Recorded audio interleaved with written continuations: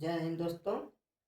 आज का जो टॉपिक है भारत की नदियां और भारत का नदी तंत्र, इसमें हम आपको भारत की नदियां दो भागों में बांट दी जाती है, जिसमें एक है हिमालयी नदियां और दूसरी है प्रायद्वीपीय नदियां।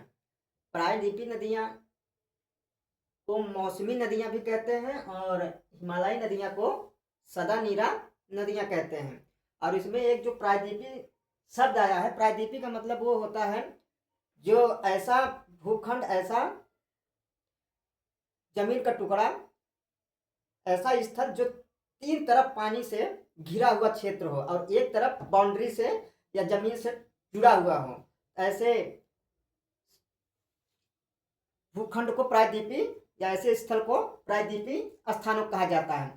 तो इस प्रायद्वीपीय नदियां जो है मौसमी नदियां कहा जाता है। हिमालय नदियां सदा नीरा नदियां। हिमालय नदियां सदा नीरा नदियां इसलिए कहा जाता है क्योंकि यहाँ पूरे साल भर इस नदी में पानी रहता है, इसलिए सदा नीरा नदियां होती है। और मौसमी नदियां, प्रायद्वीपीय नदियां मौसमी नदियां इसलिए कहा जाता है क्योंकि यहाँ पे मौसम जब बारिश होगी तब यहाँ पे इस नदियों में पानी दिखती है, नहीं तो गर्मी के सीजन में नदियां सूख जाती है। जैसे मान लीजिए दक्षिण भारत की नदियां को ही प्रायद्वीपीय नदियों में शामिल किया जाता है, जैसे गोदावरी हुआ, कृष्णा हुआ, कावेरी हुई।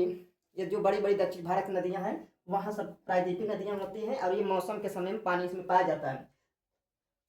भारत नदी तंत्र में जिसे रिवर सिस्टम ऑफ इंडिया, अच्छा, प्रायद्वीपीय नदियों को पेनिनसुलर रिवर भी कहा जाता है इंग्लिश में।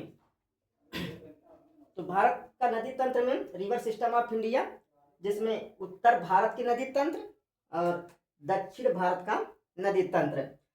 तो उत्तर भारत के नदी तंत्र में जिसमें दो भागों में डिवाइड कर दिया जाता है, दो भागों में बांट दिया जाता है। जैसे बंगाल की खाड़ी में गिरने वाली नदी जैसे गंगा हुआ, ब्रह्मपुत्र हुआ, और सी नदियां हैं, लेकिन जो मेन नदियां थी उसमें बंगाल खाड़ी में सबसे लंबी जो गंगा ब्रह्मपुत्र है। अरब सागर में गिरने वाली नदी जैसे सिंधु नदी, सतलुज नदी, ये है। और दक्षिण भारत के जो नदी तंत्रों में जैसे अरब सागर में गिरने वाली नदी जैसे नर्मदा नदी हुई, ताप्ती हुई, माही हुई, साबरमती आदि और भी नदियां हैं जो आगे चल के हम आगे टॉपिक में इसका जिक्र उल्लेख करेंगे। एक एक करके सारे नदियों के विषय में हम बताएंगे, जितने नदियां हैं सब कहाँ से निकली, कहाँ से गई और किससे किससे मिलती है, कौन कौन नदियां। तो बंगाल की खाड़ी में गिरने वाली नदी जैसे गोदावरी, कृष्णा, कावेरी आदि, तो ये बंगाल खाड़ी में जाके गिरती हैं।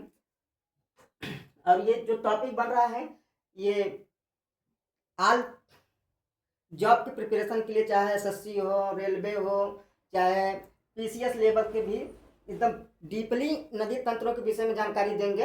अभी तो ये केवल उसका बेस है। ठीक है, जय हिंद दोस्तों।